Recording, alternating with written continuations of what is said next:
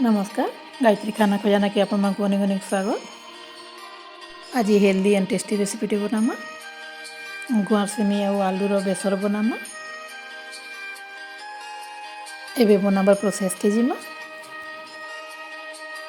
250 ग्राम गुआर सेमी नहीं छे। गुआर सेमी के सफा की धुई दी छे।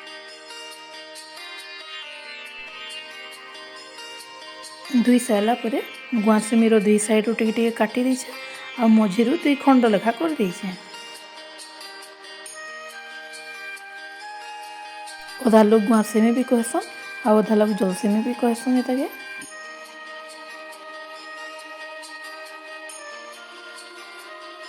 एंता सब में काटी दी छे। छोट आलू दुईटा के मैं छाँची की लंबा लंबा करके काटी दी छे।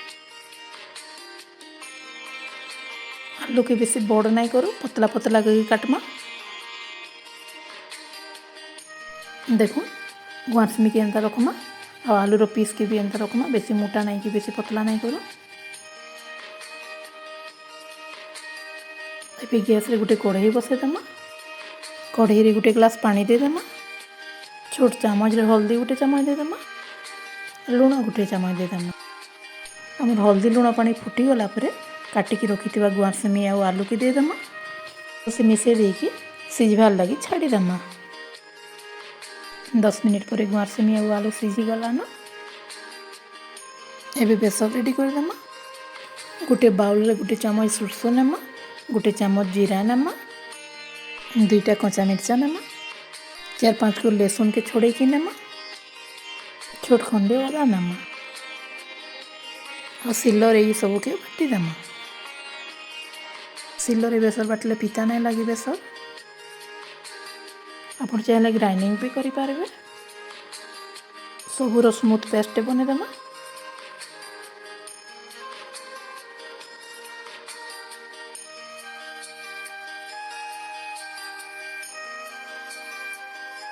बेसर रेडी हो गला ना। आ गोटे कढ़ई गैस रे बसई देमा। कढ़ई गरम होला परे तेल 3-4 चामच दे देमा। रिफाइन तेल सरसों तेल आम 2टा नहीं पारमा। तेल गरम होला परे सरसों 1/2 चामच दे देमा।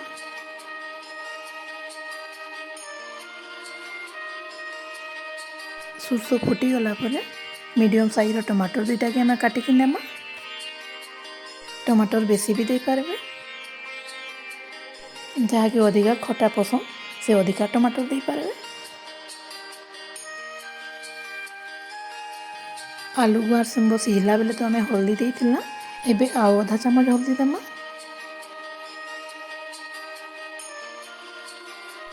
लुण भी परिबा सिझला बेले देथिला। एबे स्वाद अनुसार आउ टिके लुण दे देमा।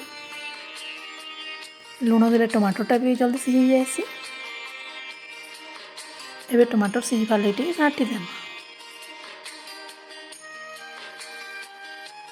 जेनसी भी बेसर आइटम करमा आमे फास्ट बेसर के नहीं भाजो। बेसर के भाजी देले पिता लगसी। से लगी आग टमाटर देमा।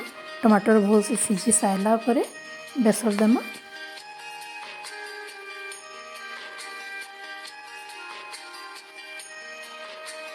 टमाटर तो सिझी गला न। एबे बाटिकी रखिथिबा बेसर के दे देमा। टमाटर के और बेसर के भल से मिसे देमा। बेसर के बेसी टाइम नहीं भाजो। बेसर रखिथिला गिनारे 2-3 चामच पानी देकी दे देमा। आउ 2 मिनिट फुटबार लगे छाड़ी देमा।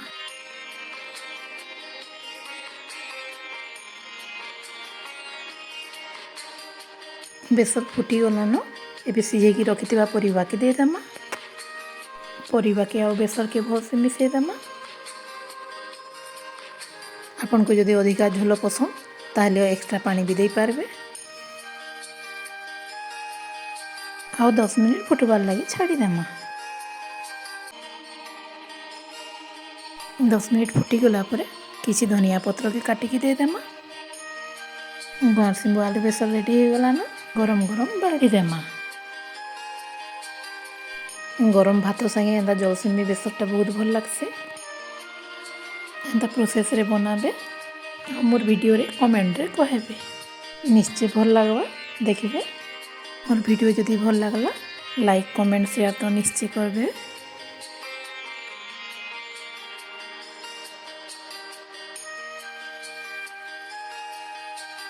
आउटे वीडियो नहीं कि फिर आसमे।